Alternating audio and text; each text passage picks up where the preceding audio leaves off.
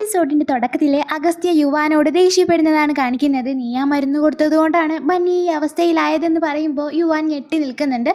പിന്നെ മാലിനി പറഞ്ഞിട്ട് വിരാജ് യുവാനെ കൊണ്ടുപോയിട്ട് ബന്നിയും അഗസ്ത്യയാണ് ചേരുന്നത്, അവർ തമ്മിൽ പരസ്പരം നന്നായിട്ട് സ്നേഹിക്കുന്നുണ്ട് എന്നൊക്കെ പറയുമ്പോൾ യുവാന് അത് ശരിയാണെന്ന് തോന്നുകയാണ്.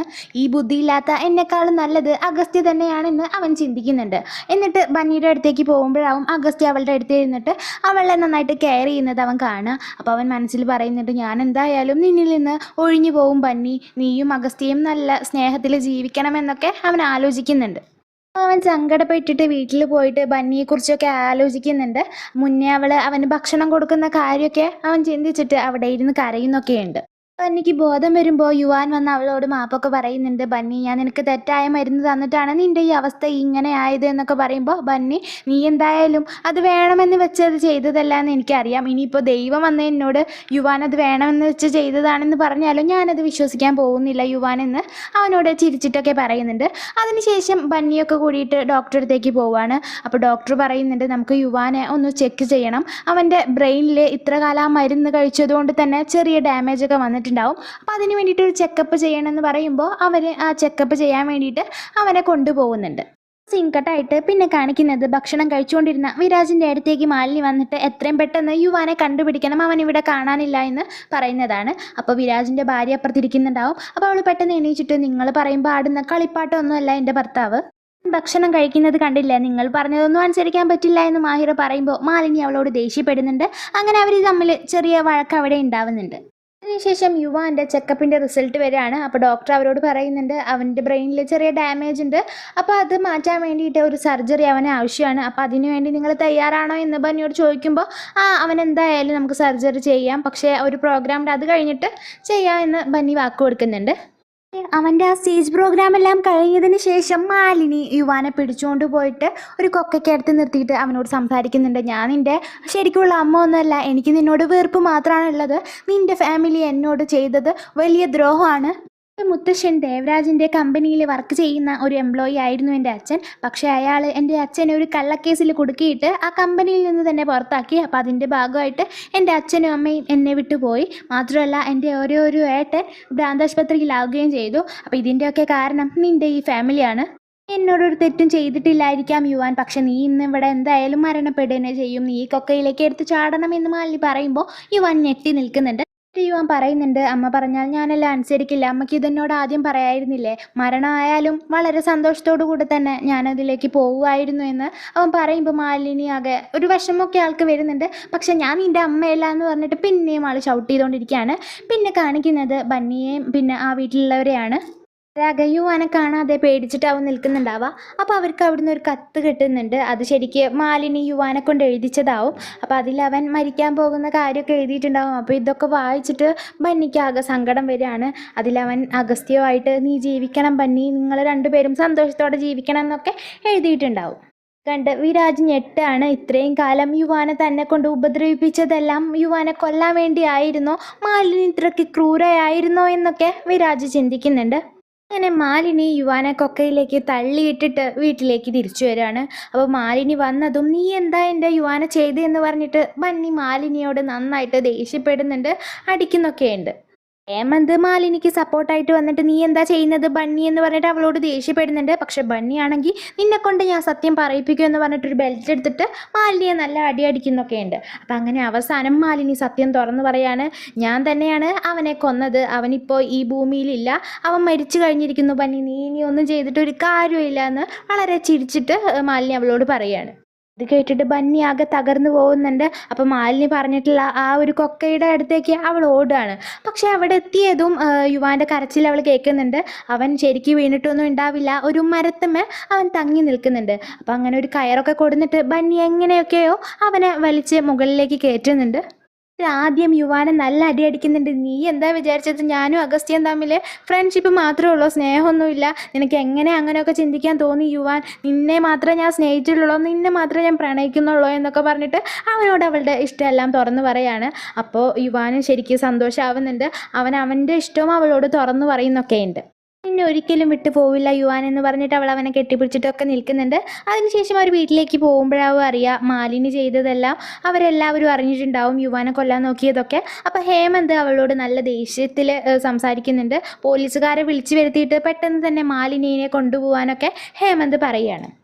പോലീസുകാർ മാലിനിയെ പിടിച്ചുകൊണ്ട് പോകുമ്പോൾ ദേവരാജിനോടുള്ള പകയുടെ കാര്യമൊക്കെ മാലിനി ഉറക്കെ വിളിച്ച് പറയാണ്. അപ്പോൾ ദേവരാജ് അവളോട് നിൻ്റെ അച്ഛൻ തെറ്റ് ചെയ്തതുകൊണ്ട് മാത്രമാണ് ഞാൻ അയാളെ അവിടെ നിന്ന് പിടിച്ചു വിട്ടതെന്നൊക്കെ പറയുന്നുണ്ട്.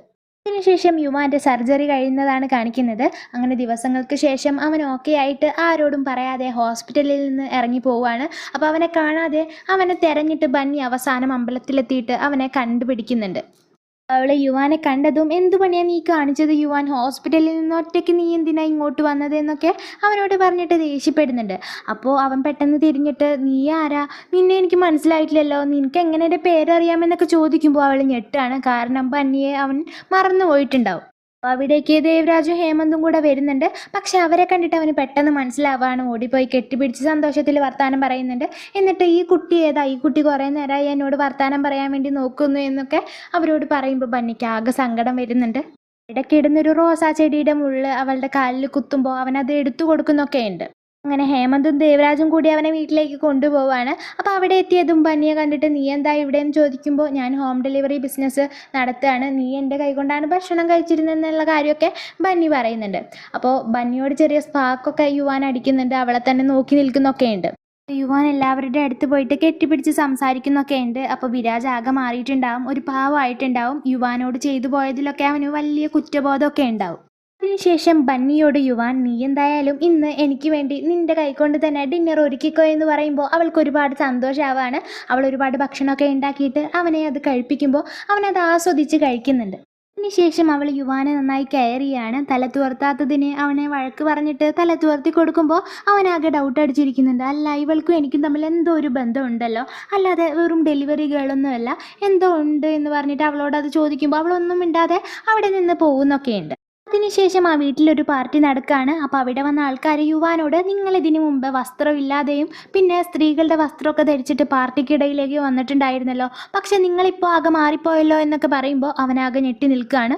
എന്നിട്ട് അവൻ പെട്ടെന്ന് റൂമിലേക്ക് പോയിട്ട് മുന്നേ നടന്ന പാർട്ടിയുടെ വീഡിയോ ഒക്കെ കാണുന്നുണ്ട്. അപ്പോൾ അതിൽ ആ വീട്ടിലുള്ള എല്ലാവരും അവനെ കുറ്റപ്പെടുത്തി സംസാരിക്കുമ്പോൾ ബന്നി മാത്രം അവനെ സപ്പോർട്ട് ചെയ്ത് സംസാരിക്കുന്നതൊക്കെ കണ്ടിട്ട് അവന് കാര്യം മനസ്സിലാവുന്നുണ്ട്. ഇവൾ തമ്മിൽ വേറെ എന്തോ ബന്ധം എനിക്കുണ്ടെന്ന് അവൻ ഉറപ്പിക്കുകയാണ്. ബന്നിയോട് അവൻ പറയുന്നുണ്ട് ഈ വീട്ടിലെല്ലാവരും എന്നെ കുറ്റപ്പെടുത്തി സംസാരിക്കുമ്പോഴും നീ എന്നെ സപ്പോർട്ട് ചെയ്ത് സംസാരിച്ചില്ലേ ബന്നി, താങ്ക്സ് ഒക്കെ അവളോട് പറയാണ്.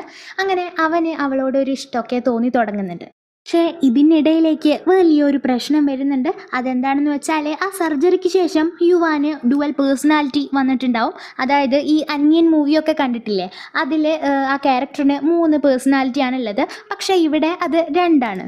ഒരു നല്ല ക്യാരക്ടറും ഒരു ദുഷിച്ച ക്യാരക്ടറും. ആ നല്ല ക്യാരക്ടർ യുവാൻ്റെ തന്നെയാണ്. പക്ഷേ ആ ദുഷിച്ച ക്യാരക്ടർ തന്നെ പരിചയപ്പെടുത്തുന്നത് കബീർ എന്ന പേരിലാണ്.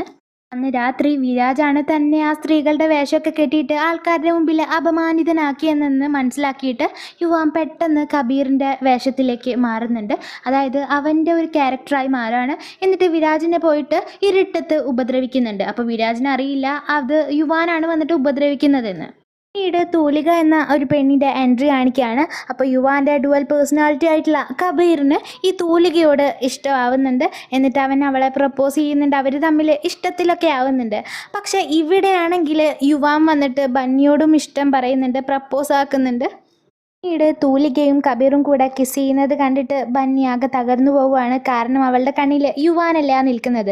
അതുകൊണ്ട് തന്നെ അവൾ തൂലികയോട് പോയി സംസാരിക്കുന്നുണ്ട്. യുവാൻ നിന്നെയും എന്നെയും ചതിക്കുകയാണ് ചെയ്യുന്നത്, അവൻ എന്നോട് ഇഷ്ടമാണെന്ന് പറഞ്ഞിട്ടുണ്ടായിരുന്നു എന്നൊക്കെ പറഞ്ഞിട്ട് അവളോട് ഇഷ്ടം പറഞ്ഞിട്ടുള്ള ഒരു വീഡിയോ ഉണ്ട്. അത് തൂലികയ്ക്ക് കാണിച്ചു കൊടുക്കുകയാണ്. അപ്പോൾ തൂലികയ്ക്കും വിശ്വാസമാവുന്നുണ്ട്. എന്നിട്ട് തൂലിക കബീർ വരുമ്പോൾ അവനോട് ഈ കാര്യങ്ങളെല്ലാം പറയുന്നുണ്ട്. നീ എന്നെ ചതിക്കാനല്ലേ എന്നോട് ബന്നി വന്ന് പറഞ്ഞു എന്നൊക്കെ പറയുമ്പോൾ അവന് ബന്നിയോട് ദേഷ്യമാവാണ്. എന്നിട്ട് പെട്ടെന്ന് തന്നെ ആ കബീറിൻ്റെ ആ ഒരു പേഴ്സണാലിറ്റി തന്നെ ബന്നിയുടെ അടുത്തേക്ക് പോയിട്ട് അവളെ പെട്ടെന്ന് പിടിച്ചുകൊണ്ട് പോയി കെട്ടിയിട്ടിട്ട് ലാസ്റ്റ് മണ്ണിൽ ജീവനോടെ മൂടുന്നുണ്ട്. അഗസ്ത്യ വന്നാണ് അവളെ രക്ഷിക്കുന്നത്.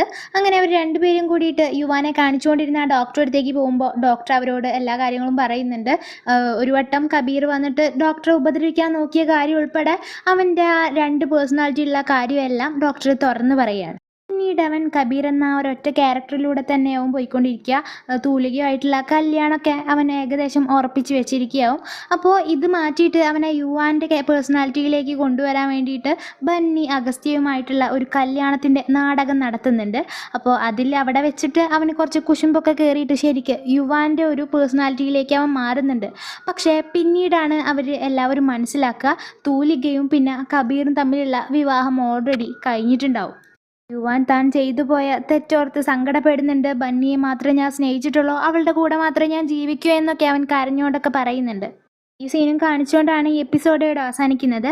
അപ്പോൾ ഇനി ഒരൊറ്റ വീഡിയോയിലൂടെ ഈ ഒരു സീരിയൽ കഴിയും. അപ്പോൾ നിങ്ങൾക്കിത് മനസ്സിലാവുന്നുണ്ടോ എന്ന് പോലും അറിയില്ല. ഇതാകെ എന്താ പറയുക, നമ്മൾ ആ സീരിയൽ കണ്ടാൽ തന്നെ ഒന്നും മനസ്സിലാവില്ല.